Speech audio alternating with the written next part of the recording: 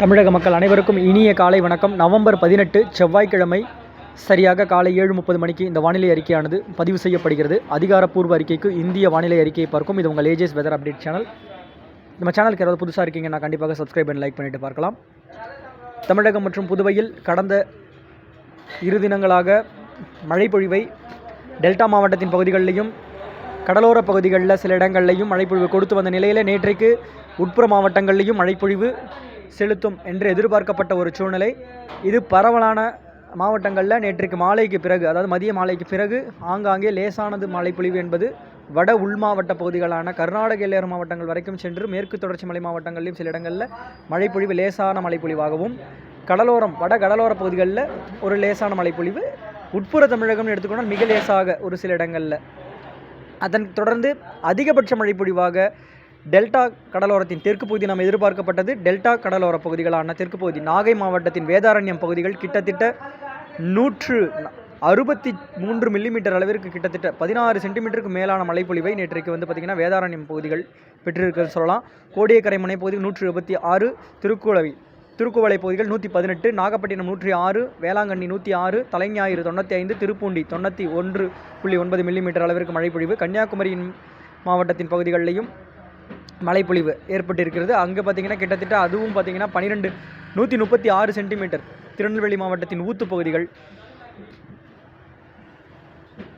136, நாலுமுக்கு 128, காக்காட்சி 118, மாஞ்சோலை 91. இன்னும் பரவலான திருநெல்வேலி மாவட்டத்தின் பகுதிகளில் சில இடங்களில் மழைப்பொழிவு ஆங்காங்கே பதிவாகி இருக்கிறது. கன்னியாகுமரியின் கோழிப்போர் விலை 42 மில்லிமீட்டர் அளவிற்கு மழைப்பொழிவு. இன்னும் கன்னியாகுமரியின் பரவலான இடங்களில் மழைப்பொழிவு கொடுத்துள்ளது. கரூர் மாவட்டத்தின் பகுதிகளில் தோகை மலை பகுதிகள் 8.4, பழவிடுதி 5, குளித்தலை 4.2, பஞ்சப்பட்டி 3.6, இப்படி சில இடங்களில்.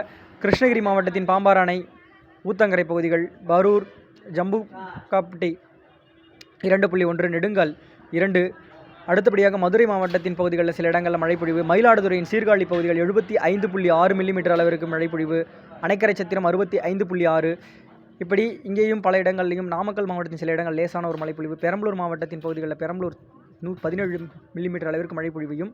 அகரம், சிகார் 13 மில்லிமீட்டர், பாடலூர் 10.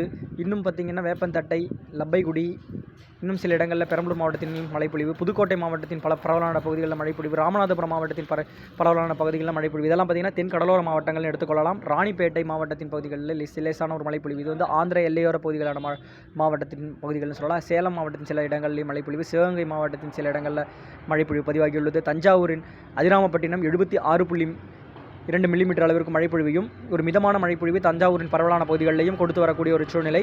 நீலகிரியின் சில இடங்களிலும் மழைப்பொழிவு. தேனி மாவட்டத்தின் சில பகுதிகளில் மழைப்பொழிவு. திருச்சி உள்ளிட்ட சுற்றுவட்டார பகுதிகளிலையும் சில இடங்களில் மழைப்பொழிவை கொடுத்துள்ளது. திருவாரூர் மாவட்டத்தின் பகுதிகள் திருத்துறைப்பூண்டி 86.1 மில்லிமீட்டர் அளவிற்கு மழைப்பொழிவை கொடுத்துள்ளது. அடுத்தபடியாக இன்னும் பரவலான பகுதிகளில் தமிழகம் இப்படி ஏராளமான இடம் சொல்லணும்னு நினச்சா இன்னும் பரவலான இடங்களில் லேசானது முதல் மிதமானது முதல் சற்று கனமழை ஆங்காங்கே ஒரு மழைப்பொழிவாக பதிவாகியது.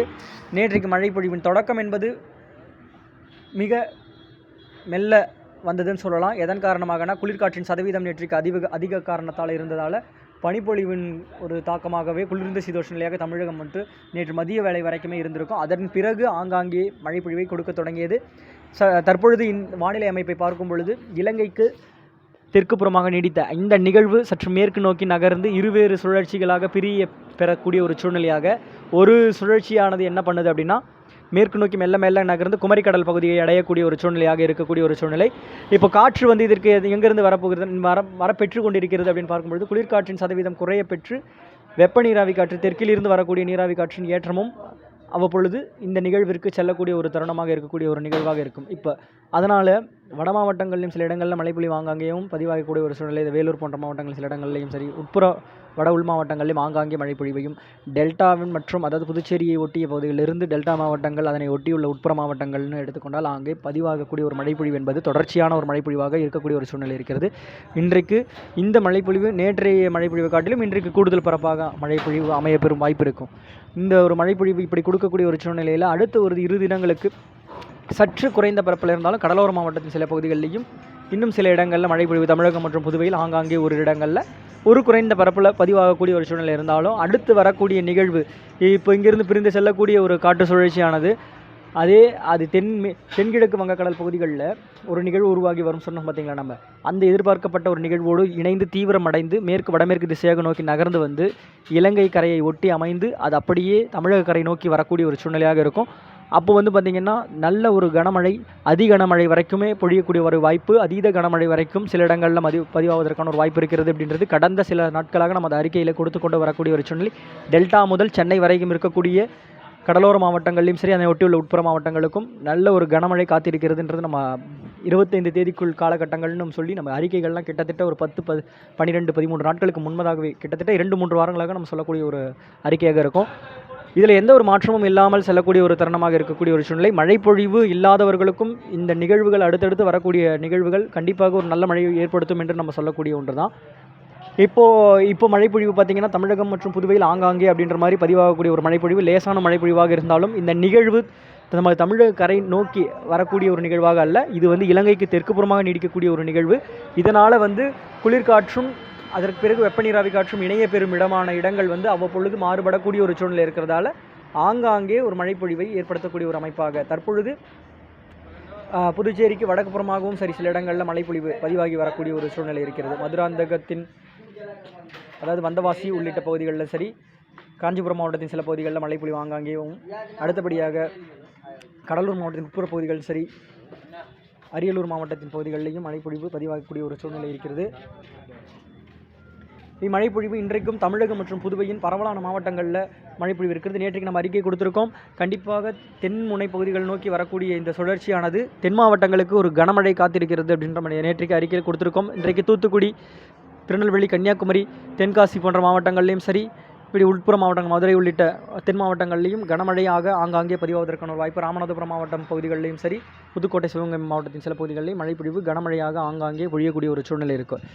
இந்த நிகழ்வு அப்படியே அரபிக்கடல் நோக்கி மெல்ல அந்த காற்று சுழற்சியான செல்லக்கூடிய சூழ்நிலை இருந்தாலும் அடுத்த நிகழ்வு கிழக்கு காற்றை கட்டுப்படுத்தி கொண்டு அது மெல்ல நோக்கி முன்னேறி இதே இப்போ வரக்கூடிய இந்த நிகழ்வானது இலங்கைக்கு கிழக்கு புறமாக அமைந்து அது வட இலங்கையை ஒட்டி அமைந்து பெற்று மன்னார் வளைகுடா வரைக்கும் வரக்கூடிய ஒரு சூழ்நிலையாக இருக்கிறது. இது எதன் காரணமாக, அதாவது வரும் எப்படின்னா தீவிரமடைந்தால் அது வடக்கு நோக்கி செல்லக்கூடிய ஒரு தருணமாக இருக்கும்.